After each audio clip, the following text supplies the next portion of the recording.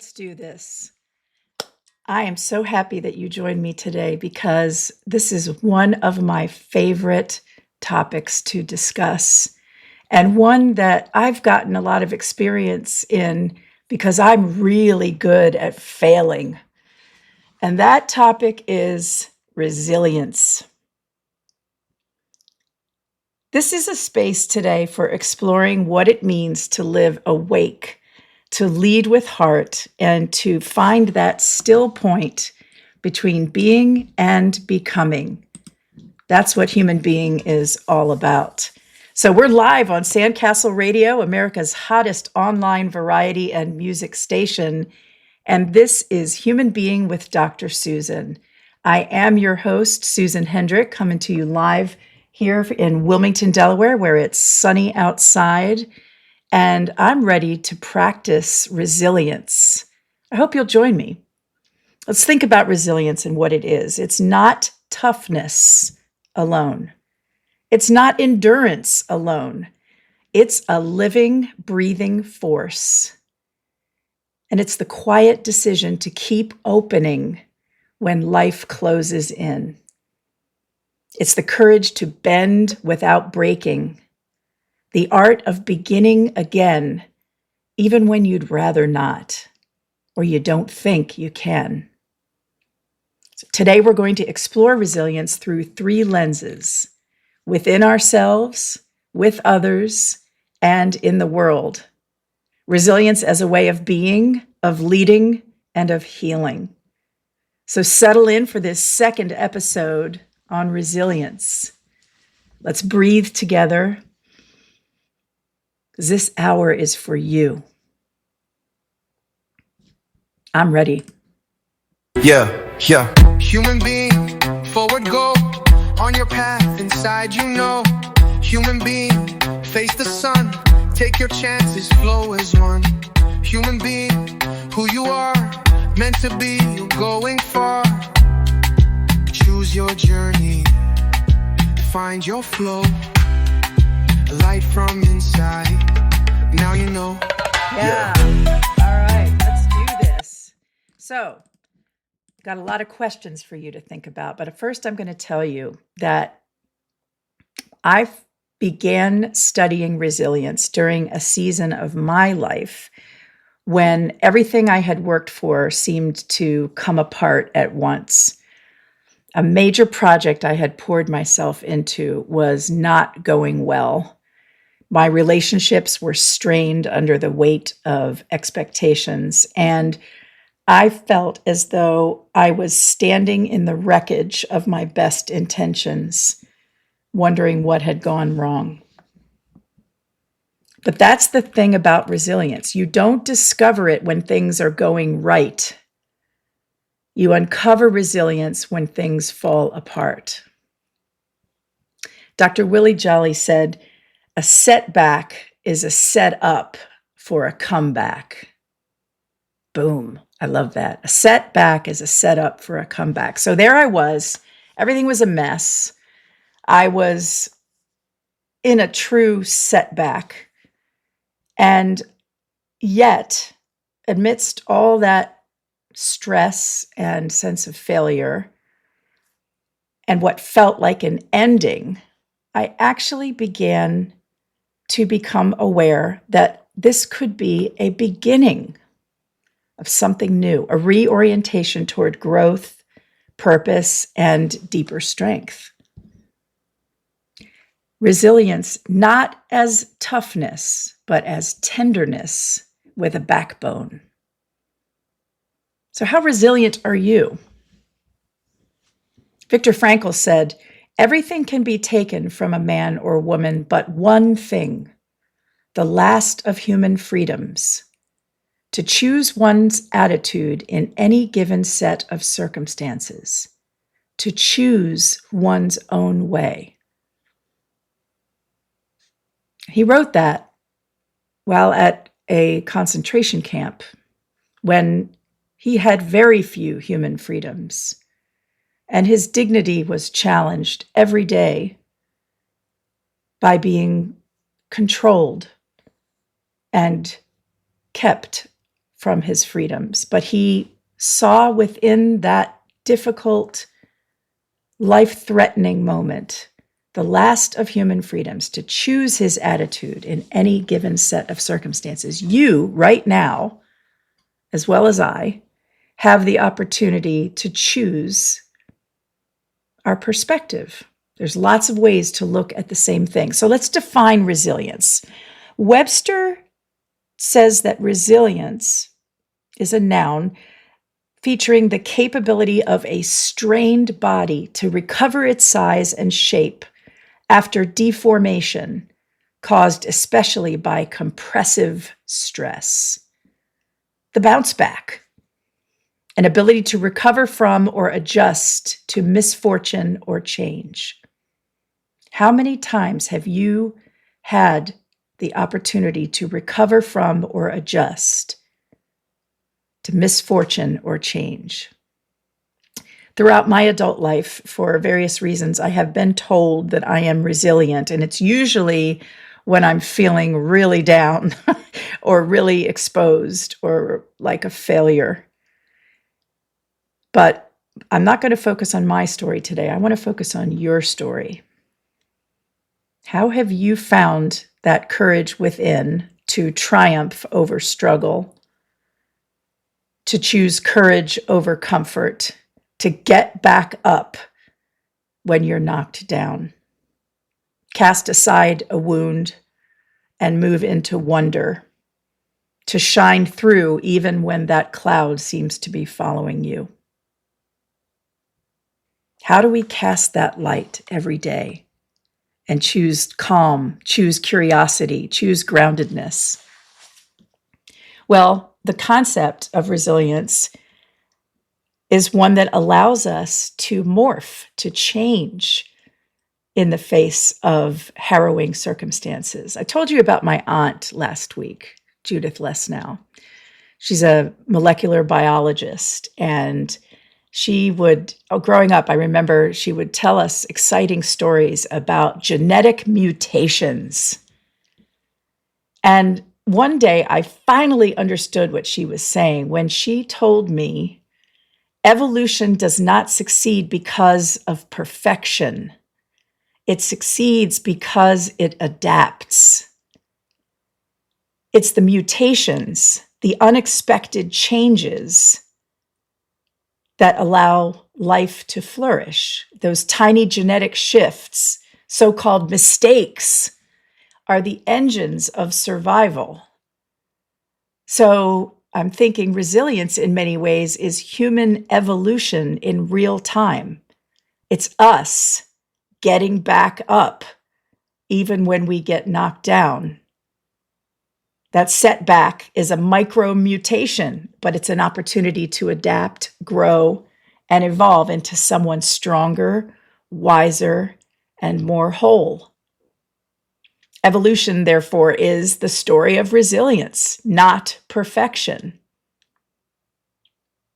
So listen to the rules for being human. I love these. Number 1, you will receive a body. You may like it or hate it, but it will be yours for the entire period of this time around. Number 2, you will learn lessons. You are enrolled in a full-time informal school called life. Each day in this school, you have the opportunity to learn lessons. You may like the lessons or think them irrelevant and stupid.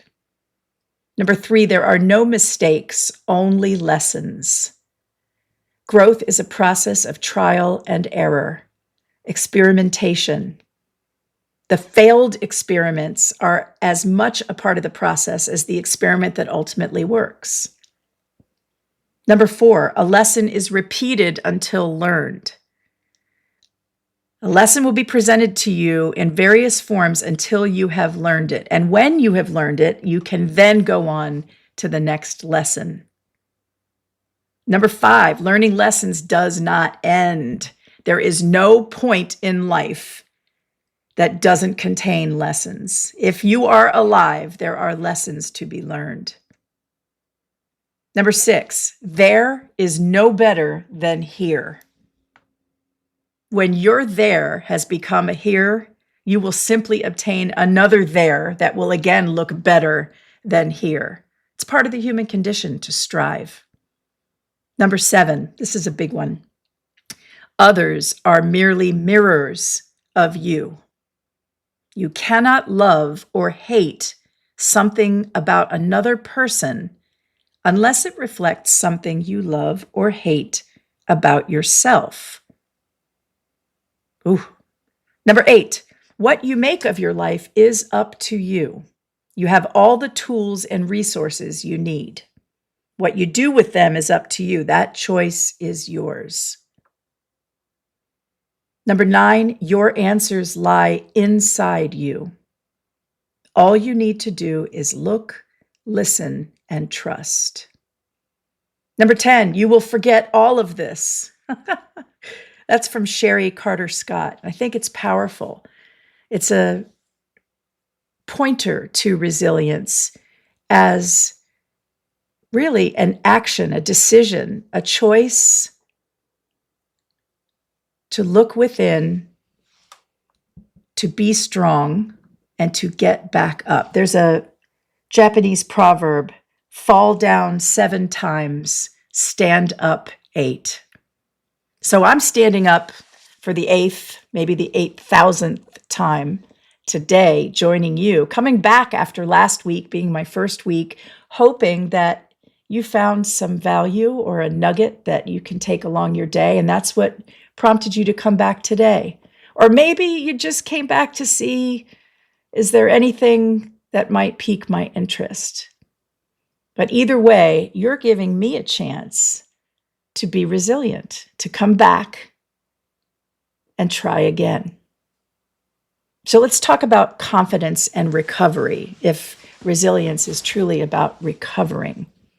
Jay Shetty teaches that confidence comes from 3 practices. I want you to think about which of these 3 practices is natural for you and which one of these 3 practices you might have to work at a little bit. The first practice that breeds confidence is choosing discomfort. Choosing to get outside of your comfort zone, to try something new, to risk being a fool, to let go of what you know in service of expanding your horizons. Choosing discomfort. That's the first of the 3 practices that builds confidence. Number 2, to build confidence, is keeping promises to yourself. Keeping promises to yourself.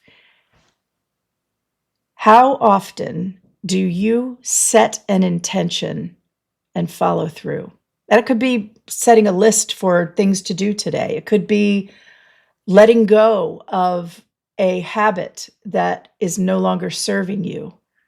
Or it could be keeping that promise to call someone, to send a text, to journal, to get to sleep before 11 p.m. Keeping promises to yourself. The best part of failure when it comes to keeping promises to yourself is that most times you get a chance to try again. In fact, today, being here and having a radio show opportunity to connect with you individually is an example of me keeping a promise to myself. I will never forget one of my most spectacular failures. Not even sure if I'm ready to share it, but I'm going to force myself to do it because I want to invite you to be okay with your own. So I was just becoming a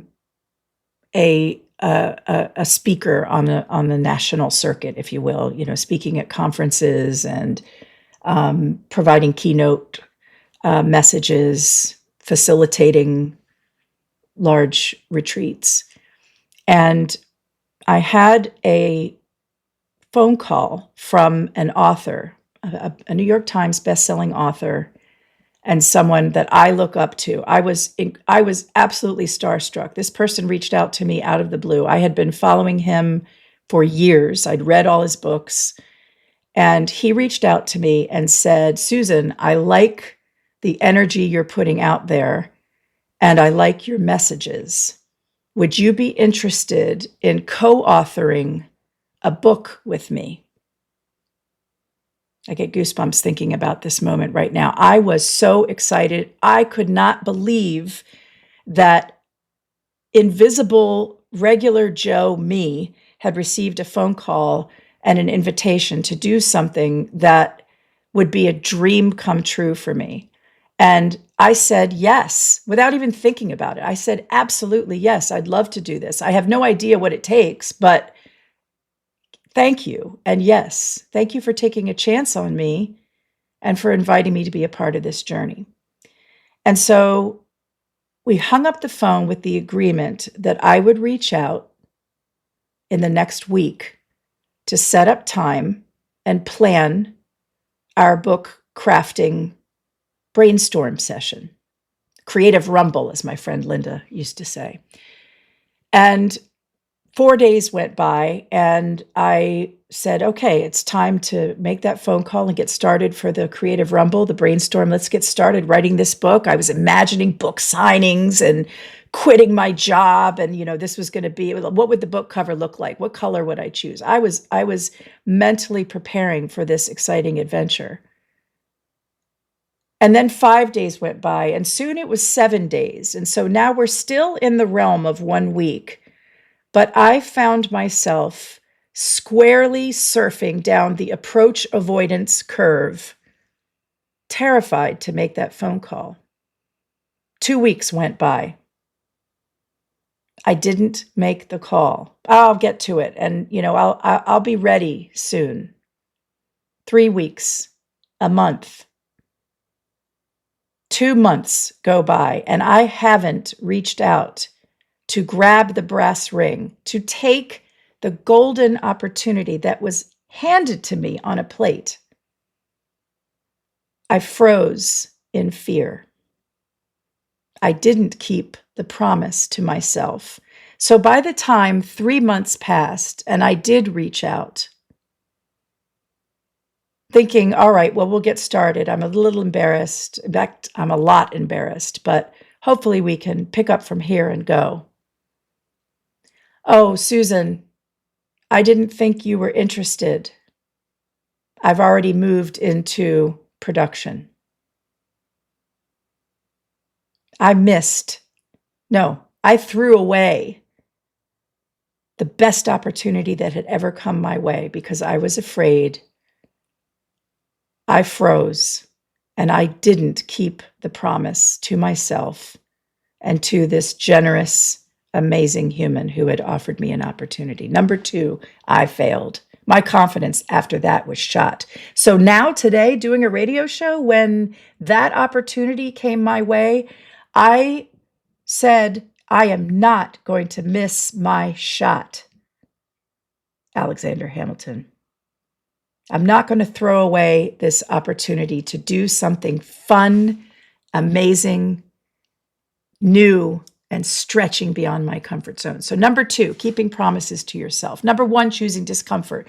Then number 3, let's see which one of these 3 is natural for you and which ones you struggle with. Number 3 is building competence. The way we learn to do is by doing. So building competence builds confidence. The best way to learn something is to have to teach it. So which one of these 3 from Jay Shetty, these confidence builders, these practices, is natural for you? Choosing discomfort, getting out of your comfort zone, keeping promises to yourself, or building competence? And which one of these practices do you struggle with? Well, Jay Shetty says each one of these practices strengthens your resilience muscle and gives you confidence to say, I can handle this. While resilience whispers, even if I can't yet, I will learn. I've started adding the word yet whenever I feel uncomfortable or I don't have confidence. I can't do that yet. I don't know how yet. Seizing discomfort as a way of growing. Choosing courage over comfort. That's how your resilience muscle grows.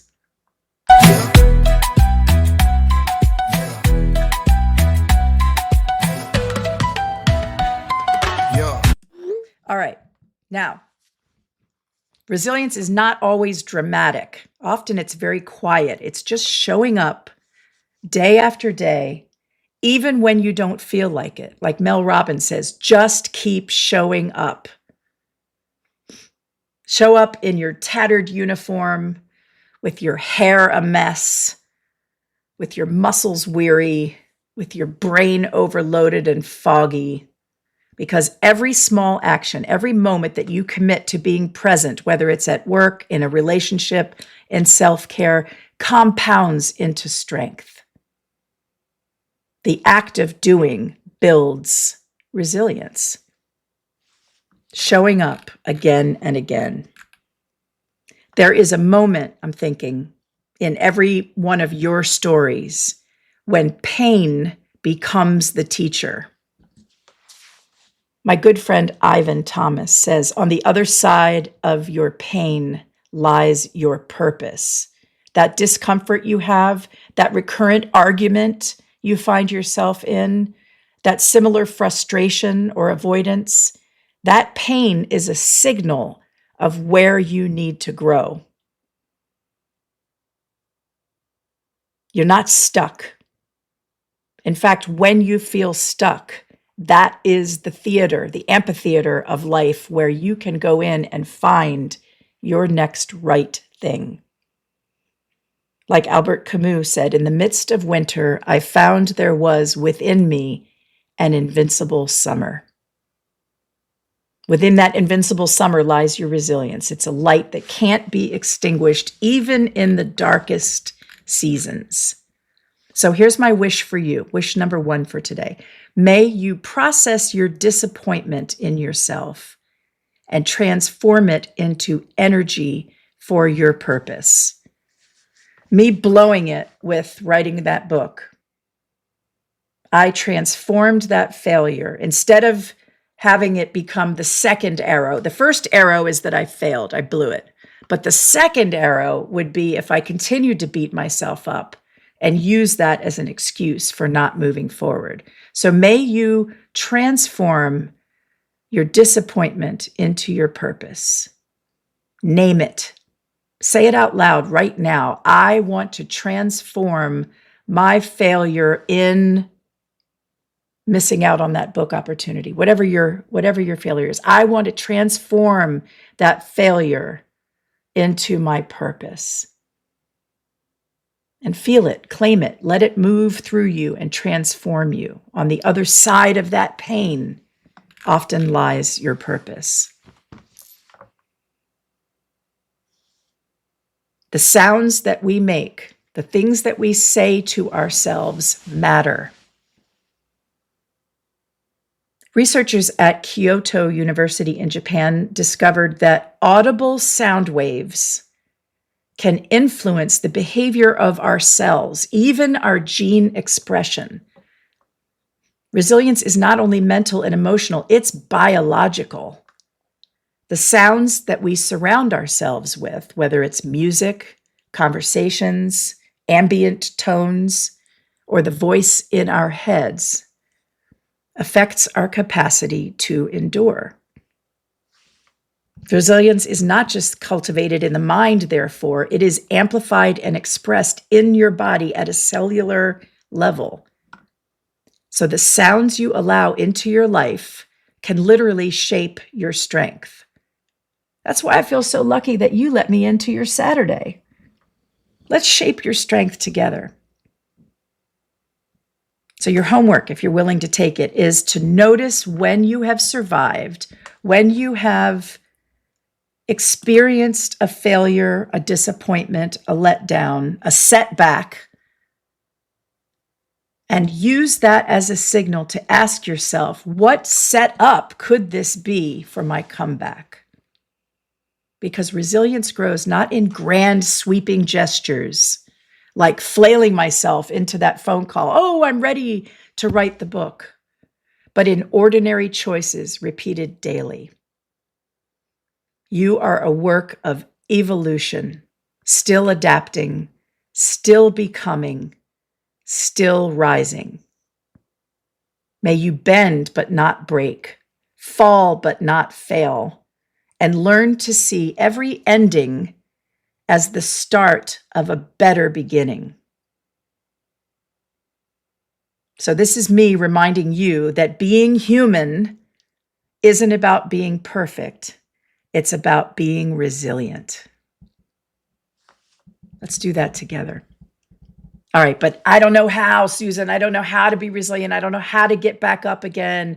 I don't know how to reclaim my dignity when I'm humiliated. I don't know how to repair that relationship. Oh my gosh. I blew it this week with not just this week, but over the past period of time. I blew a very important relationship to me by not communicating something that was happening for me and leaving someone to make up a story of abandonment and being iced out. And I didn't mean to do this. I didn't intend to abandon or discount this very important person, but I became so wrapped up in my own physical health, my family situations, my new job. I dropped the ball and I failed.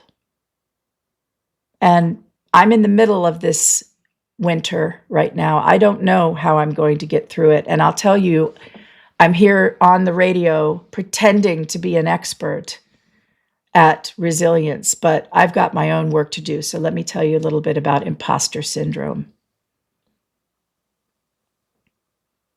Imposter syndrome, when you think that pretty soon everybody around you is going to realize that you have no idea what you're doing. Do you ever feel that way? You walk into the room and everyone's sitting at the table nodding at the lecture as if they understand what's going on, or contributing to the conversation as if they co-wrote the theory. And you're feeling like a fool because you really don't understand fully what's going on. And you're afraid to say something because people might find out that you're not belonging here, that they made a mistake when they offered you that job, that you aren't at the caliber of performer that you need to be in this band of life, and that you're going to get kicked out once they find out that you're an imposter. Now, there are actually stages of competence, moving from imposter to someone with full confidence. Let's talk about those stages and let's see if you recognize yourself. I can tell you I have definitely been, even recently, in all four of these stages. The first stage is unconscious incompetence. That's the ignorant stage. You're clueless and you don't even know it. It's when you say, oh, how hard can it be? It'll be fine. My mother-in-law, Yukiko, and I went to take a pottery class once in Wichita, Kansas. And we walked in to the lobby of where this class was being held. And we looked at some of the examples of student work. And I'm embarrassed to say this, but I was so judgmental. I looked at these pots and these vases and these vases, however you say it. I'm trying to sound fancy, imposter syndrome. But we looked at all these examples of student work and we looked at each other and we said, oh my gosh, ours are going to be so much better than this. We're going to be selling our stuff and having a show before you know it. So we get into the class. How hard can it be? It'll be fine.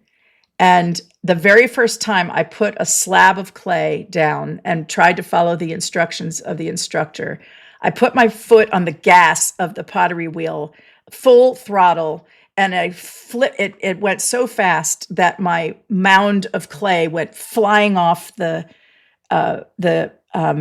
wheel and into the lap of the student next to me. And from there, it went downhill.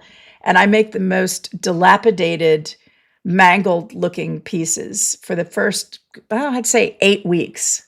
Terrible work. And Yukiko and I walked out into the lobby on the way home from our first class.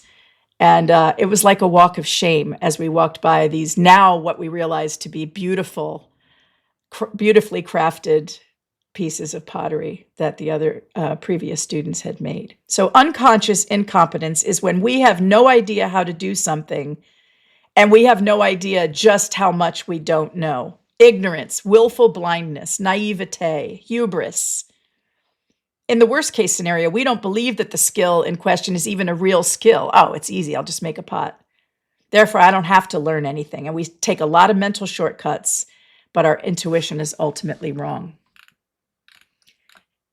Rodney Dangerfield was a great example of unconscious incompetence. He thought he was amazing, and he was clueless.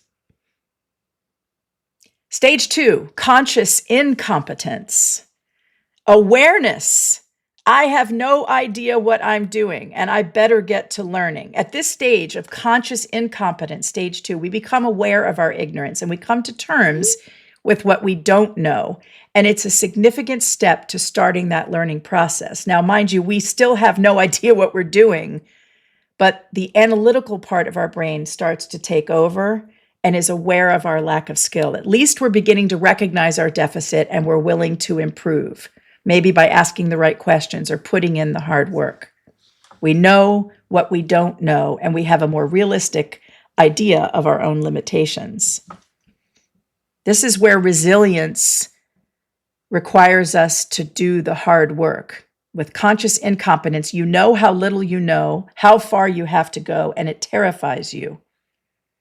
Woody Allen once said, "I would never join a club that would have me as its member." This is the essence of conscious incompetence. Stage 3, conscious competence. I actually know what I'm doing. Isn't there a song? I'm sexy and I know it. Okay, don't sing, Susan. Keep your day job. But conscious competence, when you know you've got it. It's the third of the 4 stages of competence. We finally learned we've actually understood what we're doing, and we can somehow explain why something works. We get there through practice and experience. And consciously competent learners tend to function well as long as they can concentrate on the task at hand. But it still takes conscious and intentional effort. It's a very useful stage to be in, and it's where most of the work happens, but it's where all of the growth comes from. Because you know what you're doing and you know why you're doing it. You make a good teacher at this stage. I suppose we all would aspire at some point to be consciously competent at something. I have a friend from high school that I've been watching on Facebook. We haven't talked since high school, but I love just kind of watching his new talent that he's been exploring. I don't know if it's a new talent, but his definitely newly advertised talent of woodworking. He's turning wood. And in the beginning, he would show one piece or another, and he would talk about its flaw or how he was uncomfortable and he was learning. But now he's showing every once in a while that he's actually going on tour with these beautifully turned wood pieces that he makes. Right now, he's making Christmas trees. His name is Steve. And I'm seeing a little more swagger and self-esteem in what he's showing, different kinds of wood and other expressions of joy as he sells a piece or as people admire his work. But most importantly, he realizes that he's competent. That's conscious competence. Now, stage 4, nirvana. Can we ever get there? That is unconscious competence. That is mastery where you don't even realize how good you are anymore. Someone asks you, how do you do that? And you say, I don't know, I just do it. It's that point where you think what you're doing isn't that fancy and probably everybody could do it. You don't realize how flawless, seamless, graceful, artistic you look as you perform this muscle memory. You're in the zone. That extensive and practice and experience turns into unconscious competence.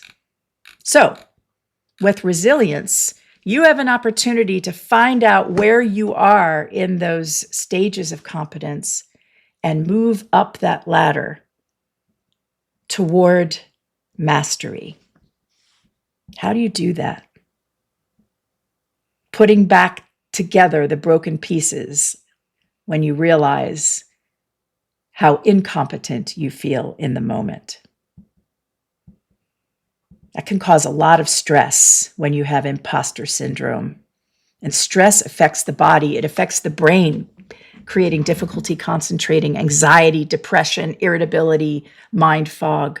Stress impacts your cardiovascular system, high blood pressure, higher cholesterol even. Stress can cause hair loss, dry skin, delayed tissue repair, joint pain, immune system compromise, gut symptoms. Stress can be a killer. So finding a way to go in metaphorically and find where your stress is, find where you are in the levels of competence in dealing with a situation and facing it head on can help you mitigate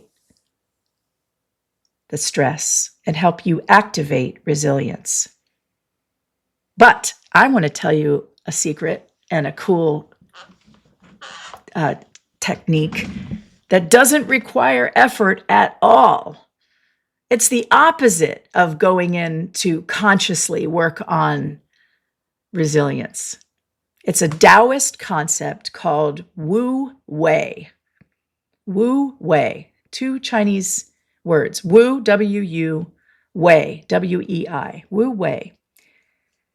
And it's based on the notion that doing is work, being is effortless. True achievement and harmony, says Wu Wei, come from aligning with the natural flow of life rather than forcing action. Wu Wei distinguishes between striving and struggling and a state of effortless flow that allows one to accomplish goals with grace and ease. So let's start with doing is work, and then we'll get to being is effortless. Doing is work. This refers to actions that are forced, resisted, or performed with a constant need for control.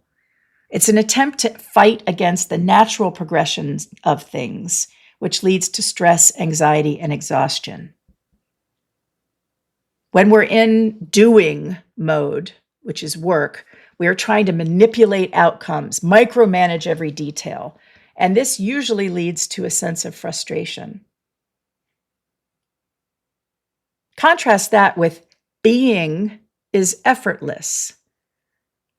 Being is a state of being aligned with the natural order of the universe, acting with natural, effortless energy like a river flowing around obstacles rather than resisting them. Bruce Lee is famous for, there's a recording of him. It's a really poor quality recording, but it's a brilliant moment where he was interviewed and he said, "Be like water. Capture the sense of flow and adaptability, agility, surrender to the process, and you will allow for greater productivity and a sense of peace." So to practice Wu Wei, not the Wong Wei, but Wu Wei, wrong way, but the Wu Wei, learn to recognize when you're forcing things and instead allow events to unfold naturally, intervening only when necessary. You want to embrace adaptability. It's almost like allowing your body to just relax. Go into your body right now and find where your muscles are tight, clenched. And just invite those muscles to feel safe enough to let go of the need to control outcomes and instead adapt gracefully to your circumstance. You want to cultivate mindfulness. Pay attention to your natural inclinations and the pace of your environment so that you can know naturally when to act and when to step back. Find your flow. That's the ultimate state of human being. Engage in activities that bring you into that state of flow where you're fully immersed and your actions become effortless. This is alignment with nature. If you observe nature's effortless processes like the growth of a tree or the movement of water, you can understand how to live in harmony with your own life's natural rhythms. Practice Wu Wei, where doing is work, being is effortless. That takes a lot of the pressure off. In fact, in the book, The Alchemist, one of my favorite books, Paul Coelho, the author, says, when you decide what you want, all the world conspires to bring it to you. And when it comes to change and resilience, often we're not going to change until the pain of staying the same is greater than the change itself. It's kind of like physics, Newton's third law. In order to move an object, you must exert a force that is equal to or greater than the opposing force that keeps it there.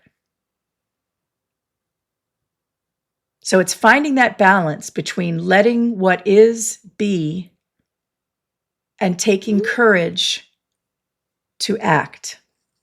Because every yes you say to something is a no to something else.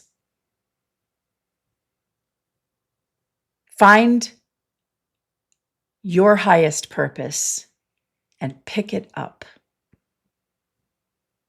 Pick up your purpose. It's on the other side of that pain. And in fact, it is a mantle that has been handed to you. Carry your mantle. My good friend, when I was at the university in Kansas, she met me in a moment of despair. I had just come back from a large presentation. There were a couple thousand people in the audience, and I'd done my best, and it went well enough. But I was beating myself up for the little moments that I missed, the lack of perfection that I had been seeking. So I came back and I was sitting in my office and just ruminating about how I wasn't perfect and I wanted to get better next time. And I heard footsteps coming down the hallway, and here comes Dr. Deeplu, Abiola is her name. And in her beautiful Nigerian accent, she said to me, "Susan, that was amazing. You got a standing ovation." I forgot about that. "How do you feel?" And I decided to be honest in the moment, as I typically would. And I said, I feel kind of crappy. I'm going over all the parts that I missed.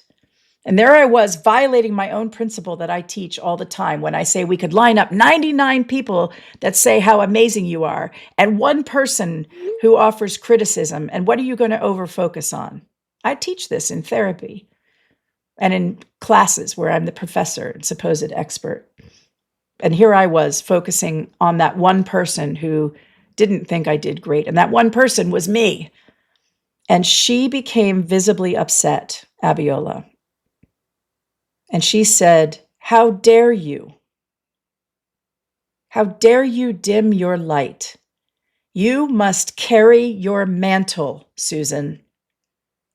Carry your mantle. I had no idea what she was talking about. She often spoke in very poetic and beautiful, melodic kind of storytelling terms. Carry your mantle. I didn't know what that meant. So I looked it up. Mantle, carry your mantle, is an idiom, and it refers to a kind of article of clothing. It's similar to an overcoat or a cloak. This is not the type of garment that we often see in fashion these days. But anyway, this idiom comes from the Bible, I learned. And in the Bible, there's a prophet named Elijah, whom we all know, who left his cloak behind when he ascended to heaven. That prophet left his cloak behind, and the new prophet came along and picked up this mantle, this cloak, this piece of clothing to wear, and took over Elijah's role as the prophet. So when Abiola said to me, "Susan, you must pick up your mantle," she was saying, it is your job to use your gifts, the gifts that your ancestors allowed you to have by being on this earth and surviving long enough so that you could be here, you need to pick up your mantle, embrace your gifts, be grateful for those gifts, and bring them out to the world. So while it was a moment of shame for me and, kind of a second arrow where I was already beating myself up because the presentation wasn't as perfect as I wanted it to be, but then the act of beating myself up was the second arrow. Abiola came to me in that perfect moment and said, "How dare you dim your light? Pick up your mantle and carry it forward." So that was the beginning of a change for me. Speaking of change, Leo Tolstoy said, "Everybody loves change, but nobody wants to change." He said that in 3 Methods of Reform. A longer variant of that quote says, "And yet in our world, everybody thinks of changing humanity and nobody thinks of changing himself." That's powerful. So now I'm about to drop a little truth bomb on you, and it's one that woke me up. Julia Cameron wrote in her book, The Artist's Way, "Many of us find that we have squandered our own creative energies by investing disproportionately in the lives, hopes, dreams, plans of others." We invest disproportionately in the energy of others. Their lives have obscured and detoured our own.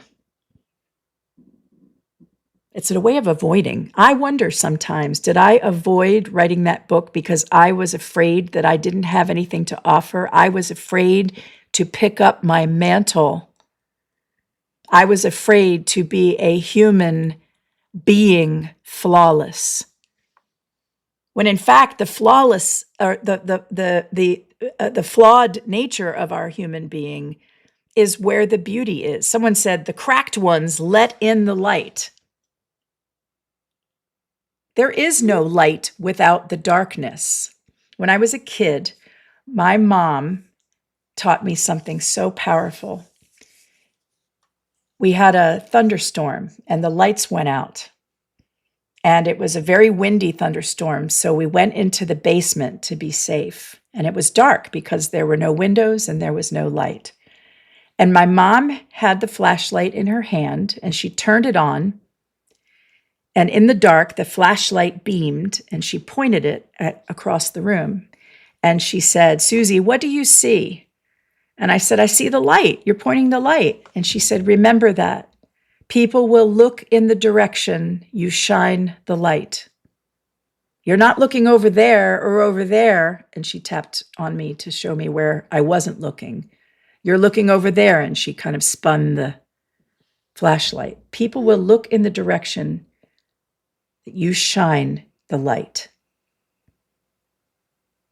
So in the darkness, when you find your light, shine it forward and invite others to join you in picking up their mantle. Virginia Satir wrote this in response to a question from a 15-year-old girl who asked, "How can I prepare myself for a fulfilling life? How can I prepare myself for a fulfilling life?"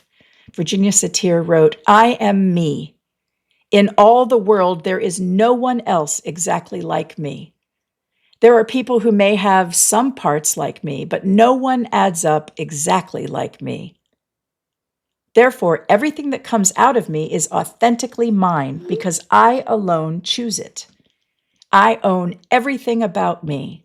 My body, including everything it does. My mind, including all my thoughts and ideas. My eyes, including the images of all they behold. My feelings, whatever they might be, anger, joy, frustration, love, disappointment, excitement. My mouth and all the words that come out of it, polite, sweet, and rough, correct or incorrect. My voice, loud and soft, all my actions, whether they be to others or myself. I own my fantasies, my dreams, my hopes, my fears. I own all my triumphs and successes, all my failures and mistakes. Because I own all of me, I can become intimately acquainted with me. By doing so, I can love me and be friendly with me in all my parts. I can then make it possible for all of me to work in my best interests.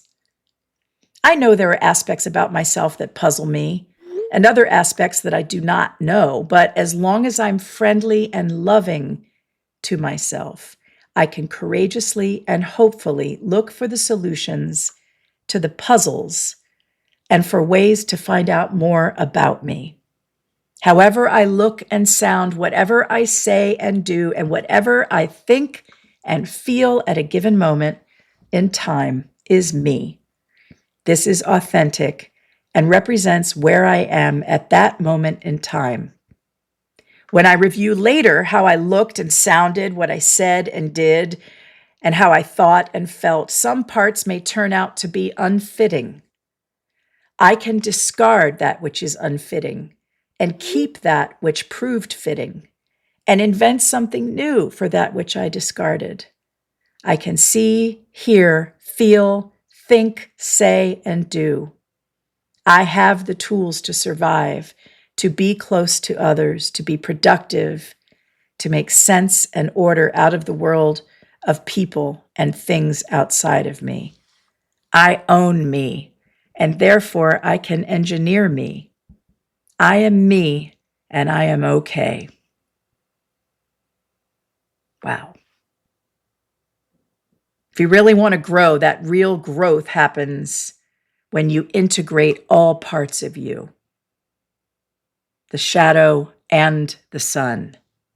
That's true integrity. Think about the word integrity. You are integrated as a whole being.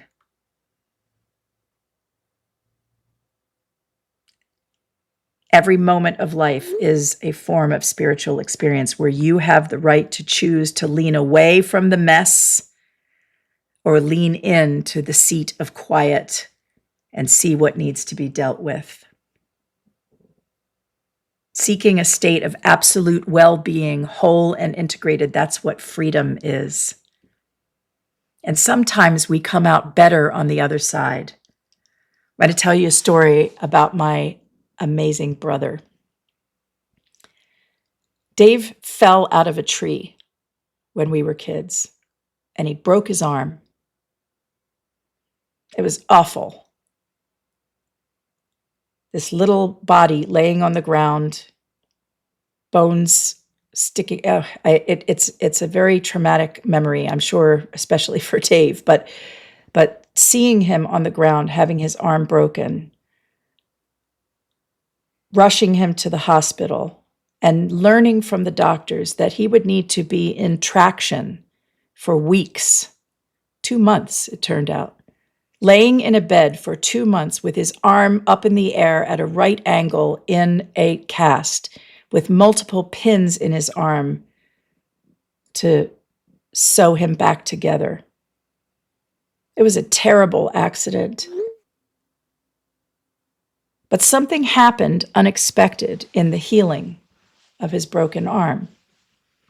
When his cast was taken off and he stretched his arm out, instead of it being a straight line, so if you imagine extending your hand out, your elbow to its full angle, being a straight line, Dave's arm healed with a bonus angle, a little bit more than 180 degrees to his arm. His arm from the elbow to his fingers bent downward a little bit, more so than before. And what we didn't know at the time is that as he grew older to become 6 and 7 and 8 years old and began playing baseball and throwing the ball, he had a secret weapon in that as a pitcher, the batters could not see his arm coming because as he was throwing the ball over his head, he had it stretched behind him with that bonus angle on his arm so that he could throw mysterious pitches and batters had trouble hitting them. And that's what made him an incredible championship playing semi-professional baseball player. Well, he was already an incredible athlete and super composed and calm and amazing in so many ways. But with this bonus feature, he was virtually unhittable. He was better after the breaking. Resilience. Is it possible to be more beautiful in the broken places?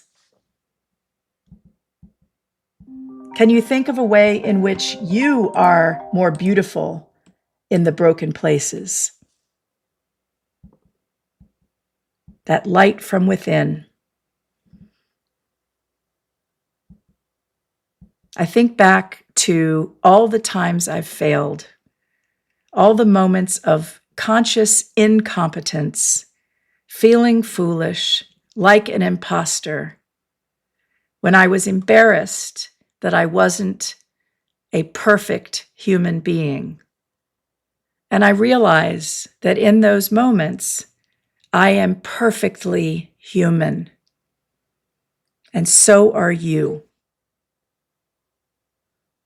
As we let our own light shine, bent and broken as it may be, we unconsciously give people permission to do the same. And as we're liberated from our own fear, our courageous presence automatically liberates others. What a beautiful concept. So it's my mission today to remind you that you are perfectly human. Being perfectly human allows us to go forward in spite of fear, allows us to continue in the face of failure toward being our perfectly human self, where we carry our mantle. We pick up that beautiful opportunity to be without apologizing for our brilliance, even when it's the result of an accident. And whatever you are, be a good one, as Abraham Lincoln said. Be fully present. Embrace your brokenness, because that's part of your beauty. The cracked ones, let in the light. So that's my invitation to you. Let in the light. Embrace your humanness, human being. Resilience is about falling 7 times and getting up 8. It's your opportunity to keep going, not in the face of, but in spite of falling down. Yeah, boom. Yeah, human being, forward go on your path inside, you know. Human being, face the sun, take your chances, flow as one. Human being, who you are, meant to be, you're going far. Choose your journey, find your flow, light from inside. Now you know. Yep, human being, that's your invitation. Come back next week, 10 a.m. Eastern Time, for Human Being with Dr. Susan. And thanks for spending this hour with me, examining resilience as one of the greatest forms of human being. I'm Susan Hendrick, and you are with Human Being with Dr. Susan on Sandcastle Radio, America's hottest online variety and music station. See you next week. Ladies and gentlemen, you're listening to Sandcastle Radio. Turn up your radio. Come on, DJ, play that song. America's hottest online variety and music station. Yeah, boom. Yeah, human being, forward go on your path inside, you know. Human being, face the sun, take your chances, flow as one. Human being, who you are, meant to be, you're going far. Choose your journey, find your flow, light from inside. Now you know. Ladies and gentlemen, you're listening to Sandcastle Radio. Turn up your radio. Come on, DJ, play that song. America's hottest online variety and music station.